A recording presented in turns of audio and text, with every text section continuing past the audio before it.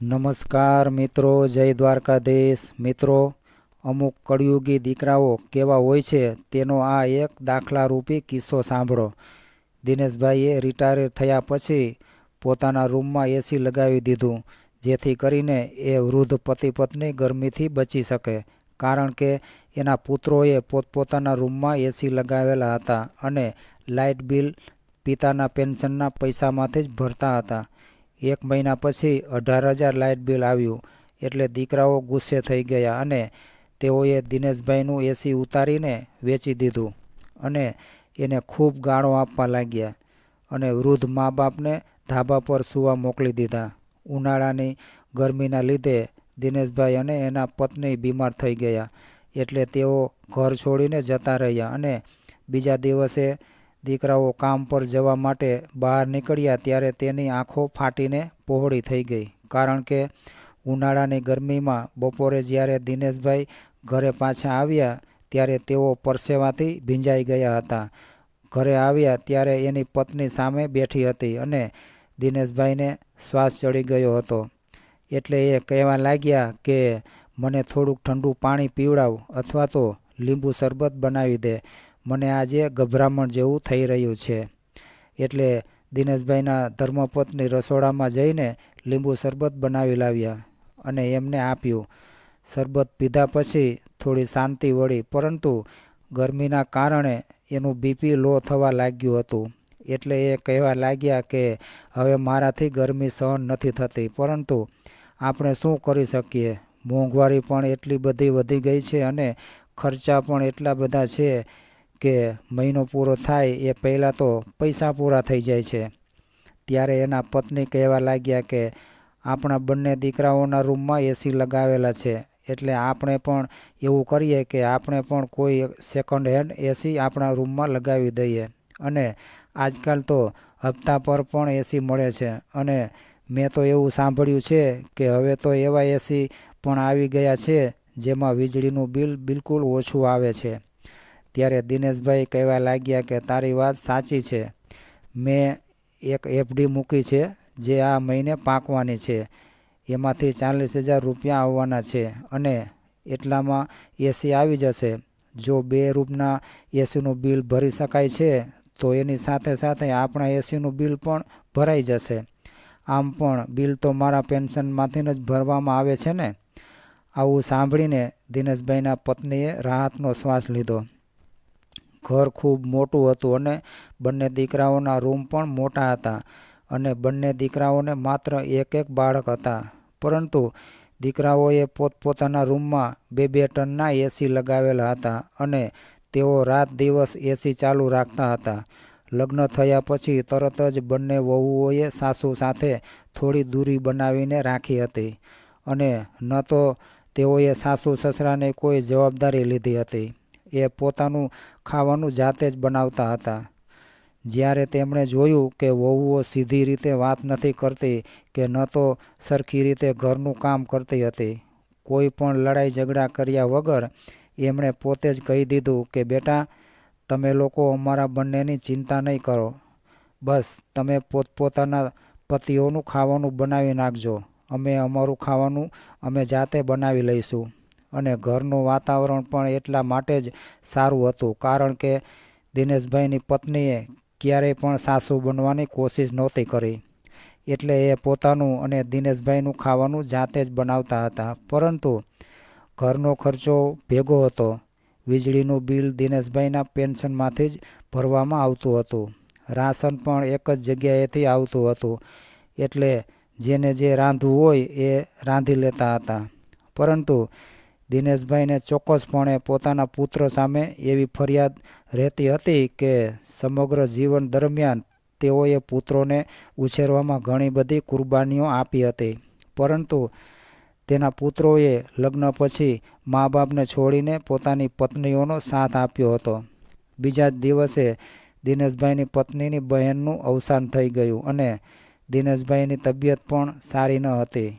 એટલે તેઓ મુસાફરી કરવા નહોતા માગતા, પરંતુ એના પત્ની રડી રહ્યા હતા એટલે એમણે એને ગામડે મોકલી દીધા અને તેઓ જાણતા હતા કે 15-20 દિવસ પહેલાં એ પાછી નહીં આવી શકે. એટલે 15-20 દિવસ સુધી ખાવા પીવાની જવાબદારી બંને વહુ ઉપર આવી ગઈ હતી.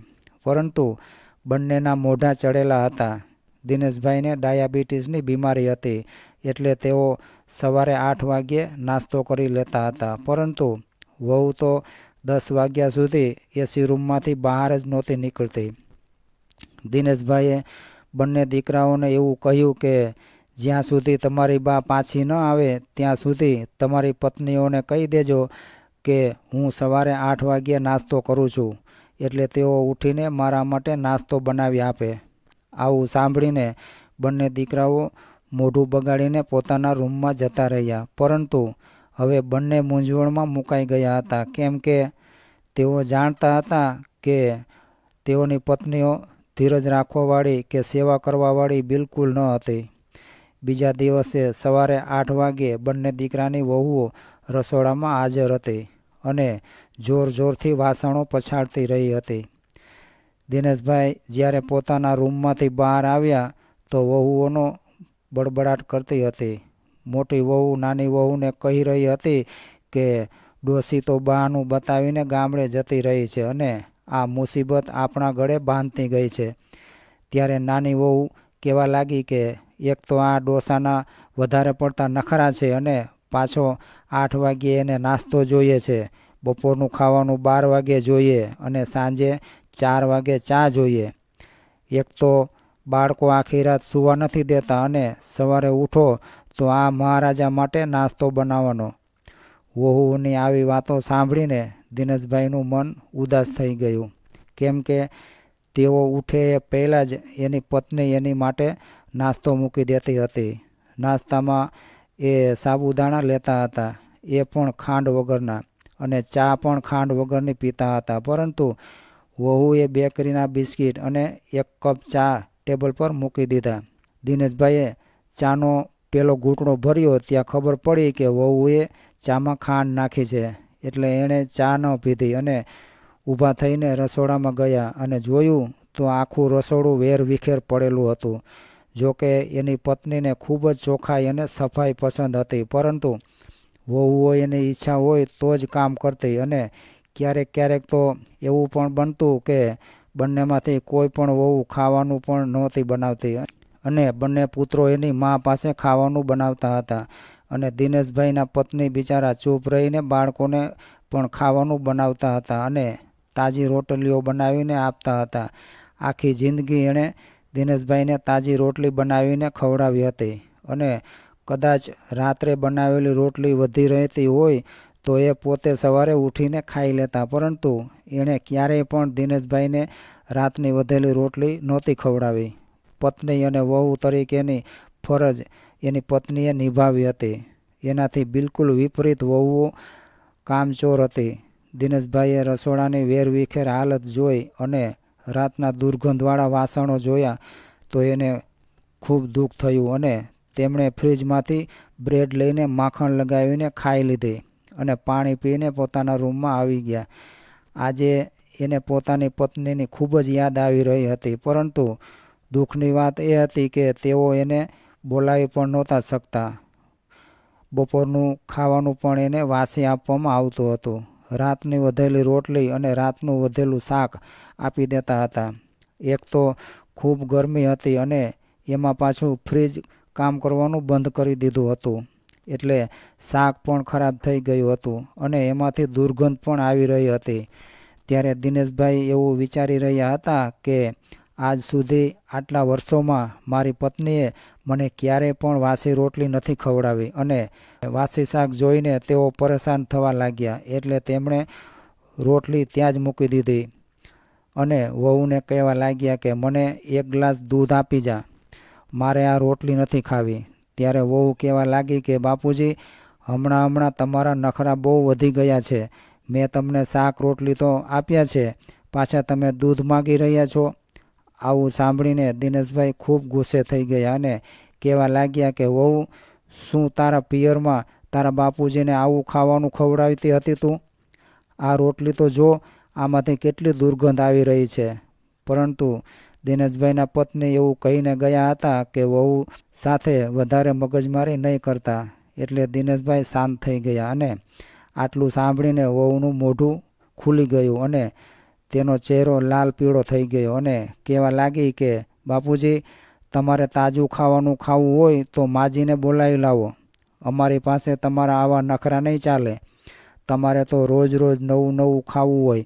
અમારે એવી નવરાઈ નથી કે અમે તમારા નખરા સહન કરતા રહીએ.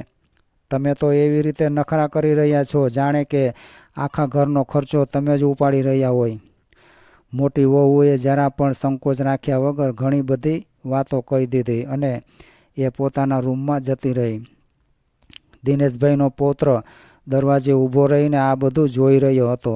આ સમયે એ 9 વર્ષનો હતો. ત્યારે દિનેશભાઈએ પોતાની આંખોમાંથી આવતા આંસુને સાફ કર્યા ને તેનો પૌત્ર ઝડપથી રસોડામાં ગયો અને ફ્રીજમાંથી એક ગ્લાસ દૂધ લઈને દાદા પાસે મૂકી ગયો અને કહેવા લાગ્યો કે દાદા, આ દૂધ પી લ્યો. પોતાના પૌત્રને જોઈને દિનેશભાઈને એના પર ખૂબ પ્રેમ આવ્યો અને એને પકડીને પોતાના ખોળામાં બેસાડી દીધો અને એને વહાલ કરવા લાગ્યા અને કહેવા લાગ્યા કે બેટા, તું મારું લોહી છે એટલે તારાથી સહન ન થયું કે દાદાજી ભૂખ્યા બેઠા છે.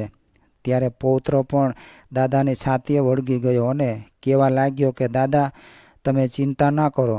જ્યારે મારી મમ્મી વૃદ્ધ થશે ત્યારે હું પણ મારી પત્નીને એવું કહીશ કે મમ્મીને વાસી ખાવાનું આપજે. પૌત્ર જાણે કે એના દાદાને ખુશ કરવા માગતો હતો. એવી રીતે વાતો કરવા લાગ્યો એટલે દિનેશભાઈના ચહેરા પર સ્મિત આવી ગયું. આમ પણ બાળકોની વાતો એવી જ હોય છે કે કોઈ પણ વ્યક્તિને આનંદિત કરી દેતા હોય છે.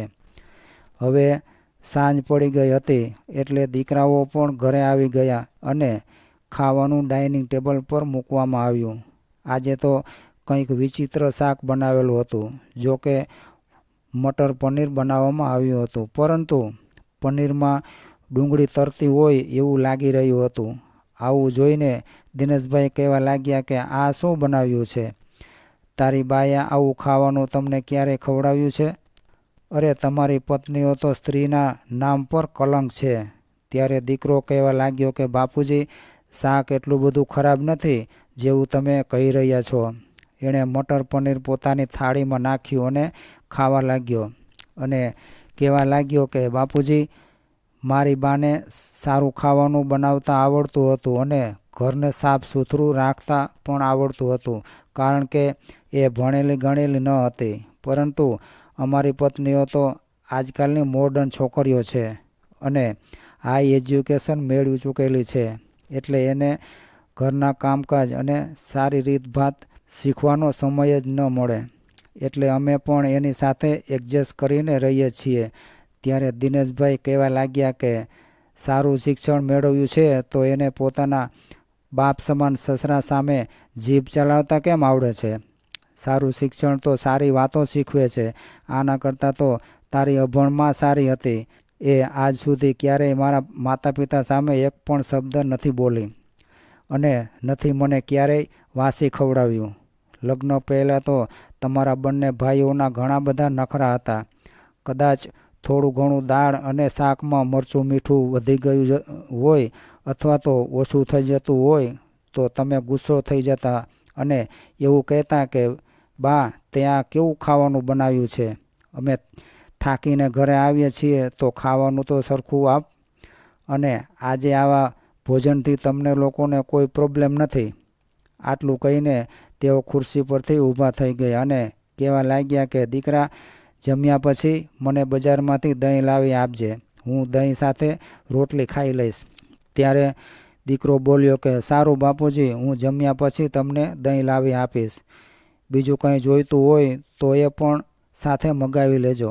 એટલે દિનેશભાઈ કહેવા લાગ્યા કે સવારે નાસ્તામાં મને બ્રેડ અને સાદું દૂધ જોઈએ છે, એટલે બ્રેડ પણ લેતો આવજે અને તમારી પત્નીઓને કહી દેજો કે એના રૂમમાં બેસી રહે. મારો નાસ્તો બનાવવાની કોઈ જરૂર નથી. આટલું કહીને તેઓ ગુસ્સો કરીને પોતાના રૂમમાં જતા રહ્યા. દિનેશભાઈના પત્ની એના પિયરમાં ગયા. એને હજુ તો એક જ દિવસ થયો હતો, ત્યાં જ એની આવી હાલત થઈ ગઈ હતી. મજબૂરીમાં એણે એની પત્નીને ફોન કર્યો. ત્યારે તેના પત્ની આશ્વાસન આપીને કહેવા લાગ્યા કે તમે થોડા દિવસ સહન કરી લ્યો, કેમ કે મારી બહેનનું અવસાન થયું છે અને એના બાળકો હજુ પણ રડી રહ્યા છે અને એ લોકો કહે છે કે માસી, તમે થોડા દિવસ અમારી સાથે રહો. ત્યારે દિનેશભાઈ બોલ્યા કે કદાચ તું ત્યાં રોકાઈ જઈશ તો હું અહીંયા મરી જઈશ. આવું સાંભળતા જ એ કહેવા લાગી કે તમને કંઈ નહીં થાય, તમે કેમ આવું બોલી રહ્યા છો? એટલે દિનેશભાઈ બોલ્યા કે આ બંને વહુએ મારું જીવવાનું હરામ કરી નાખ્યું છે. ક્યારેક તેઓ કડવી ચા મારી સામે મૂકે છે તો ક્યારેક વાસી રોટલી અને વાસી શાક ખવડાવે છે. તું તો જાણે છે કે મને આવું વાસી ખાવાની આદત નથી અને હું કાંઈ કહું છું તો સામે જીભ ચલાવે છે. મારાથી તો આ બધું એક દિવસ પણ સહન નથી થતું. એટલે જેટલું બને એટલું જલ્દી તું પાછી આવી જાજે. હવે 5 દિવસ દિનેશભાઈએ દહીં સાથે બ્રેડ ખાઈને વિતાવ્યા હતા અને 5 દિવસ પછી એની પત્ની પણ પાછી આવી ગઈ. ત્યાર પછી દિનેશભાઈએ શાંતિનો શ્વાસ લીધો હતો, પરંતુ એ ગરમીથી પરેશાન હતી. આખા શરીર પર ગરમીથી અડાઈ નીકળી હતી. એટલે એ કહેવા લાગી કે ગામડે પણ ખૂબ ગરમી હતી, પરંતુ મારી બહેનના રૂમમાં એસી લગાવેલું હતું એટલે મને ત્યાં જ સુવડાવવામાં આવતા હતા. એટલે રાત તો શાંતિથી પસાર થઈ જતી હતી. થોડા દિવસ પછી દિનેશભાઈને એફડી પાકી એટલે એમણે એ પૈસામાંથી એસી લીધું અને પોતાના રૂમમાં લગાવી દીધું. આ જોઈને બંને વહુઓ અને પુત્રોની જાણે આંખો પહોળી થઈ ગઈ. હવે એસી ચાલુ થયું એટલે દિનેશભાઈ અને એના પત્ની ખૂબ ખુશ થયા અને રાત્રે બંને પુત્રો એની રૂમમાં આવીને કહેવા લાગ્યા કે બાપુજી, તમે અમને કહ્યું પણ નહીં કે તમે પણ એસી લગાવવા માગતા હતા. ત્યારે દિનેશભાઈ કહેવા લાગ્યા કે મેં તમને બંનેને કહ્યું હતું, પરંતુ તમે બંનેએ મારી વાત પર ધ્યાન ન જ આપ્યું અને મેં એક એફડી કરાવેલી હતી જે આજે પાકી ગઈ હતી. એટલે એ પૈસામાંથી મેં એસી લઈ લીધું. અમે બંનેએ તો તમારી પરવરિશ કરવામાં આખું જીવન વિતાવી દીધું છે અને અમે એવું વિચારતા હતા કે બાળકોને સારી નોકરી મળી જશે તો અમારા દિવસો સુધરી જશે, પરંતુ કદાચ તમે બંને હજુ સુધી અમારી વાત નથી સમજી શક્યા. ત્યારે જ દિનેશભાઈના પત્ની કહેવા લાગ્યા કે બેટા, તારા બાપુજીને એફડી પાકી હતી અને ગરમીના કારણે અમને શરીરમાં ફોડલા થવા લાગ્યા હતા. એટલે મારા કહેવાથી જ એમણે એસી લગાવ્યું છે અને હવે અમારા શરીર પણ વૃદ્ધ થઈ ગયા છે, એટલે અમારાથી હવે વધારે ગરમી સહન નથી થતી. ત્યારે બંને દીકરાઓ કંઈ પણ બોલ્યા વગર રૂમમાંથી બહાર નીકળી ગયા. ત્યાર પછી દિનેશભાઈ અને તેના પત્ની ખૂબ કરકસર કરીને એસી ચલાવતા હતા, જેથી કરીને લાઇટ બિલ ઓછું આવે, પરંતુ વહુઓએ આ બાબતનું ક્યારેય ધ્યાન નહોતું આપ્યું. તેઓ તો 24 કલાક એસી ચાલુ જ રાખતા હતા અને એ વાતથી પણ દિનેશભાઈને કંઈ વાંધો નહોતો. પરંતુ 1 મહિનો વીત્યા પછી જ્યારે 18,000 બિલ આવ્યું તો દીકરાઓએ હોબાળો મચાવી દીધો અને કહેવા લાગ્યા કે બાપુજી, તમે જોયું આ મહિને કેટલું બિલ આવ્યું છે? ત્યારે દિનેશભાઈને ખૂબ ગુસ્સો આવતો હતો, કારણ કે સામાન્ય રીતે દર મહિને 13-14 હજારનું બિલ તો આવતું જ હતું અને એ બિલ પણ એના પેન્શનમાંથી જ ભરવામાં આવતું હતું. એટલે તેઓ કહેવા લાગ્યા કે 18,000 બિલ આવ્યું છે તો શું થઈ ગયું? હવે ઘરમાં 3 એસી ચાલે છે તો આટલું બિલ તો આવશે જ ને. એટલે દીકરો કહેવા લાગ્યો કે આટલું બધું બિલ આવશે તો કોણ ભરશે? ત્યારે દિનેશભાઈ બોલ્યા કે દીકરા, આમ પણ પહેલાંથી જ મારા પેન્શનમાંથી જ લાઇટ બિલ ભરવામાં આવી રહ્યું છે અને કદાચ 3,000 રૂપિયા બિલ વધારે આવ્યું છે તો એ વધારાના પૈસા તું નાખી દેજે, એમાં શું વાંધો છે તને? ત્યારે દીકરો કહેવા લાગ્યો કે બાપુજી, મારે એવી કોઈ લોટરી નથી લાગી કે હું વધારાના 3-3 હજાર દર મહિને ભરી શકું. ખૂબ મુશ્કેલીથી ઘરના ખર્ચા પૂરા થાય છે અને મારો દીકરો મોંઘી સ્કૂલમાં ભણી રહ્યો છે, એટલે આટલું બધું બિલ તો હું નહીં ભરી શકું. એટલે દિનેશભાઈ બોલ્યા કે હું છેલ્લા ઘણા વર્ષોથી મારા પેન્શનમાંથી તમારા બંનેના રૂમના એસીનું બિલ ભરી રહ્યો છું અને હું ખુદ ગરમી સહન કરતો રહ્યો છું, અને હવે જ્યારે મારો વારો આવ્યો તો તમે લોકો આટલું નહીં કરી શકો? દીકરા, હવે તમારો ખર્ચો તમે ખુદ ઉઠાવતા શીખો અને વીજળીનું બિલ પણ તમે પોતે જ ભરી લેજો.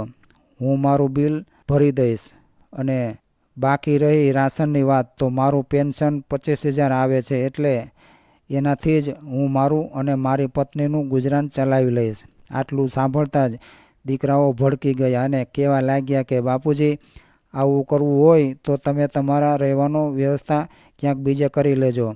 આવું સાંભળીને દિનેશભાઈને ખૂબ ગુસ્સો આવ્યો અને કહેવા લાગ્યા કે હું મારું ઘર છોડીને શા માટે જાઉં. ત્યારે બંને છોકરા ગુસ્સો કરીને બાપુજીને મારવા માટે આગળ આવ્યા. એટલે દિનેશભાઈની પત્નીએ કહ્યું કે અરે નાલાયકો, તમને શરમ નથી આવતી? તમારા બાપને મારવા આવી રહ્યા છો. ત્યારે દીકરાઓએ માને પણ ધક્કો મારીને નીચે પાડી દીધા. બિચારી જમીન પર પડી ગઈ.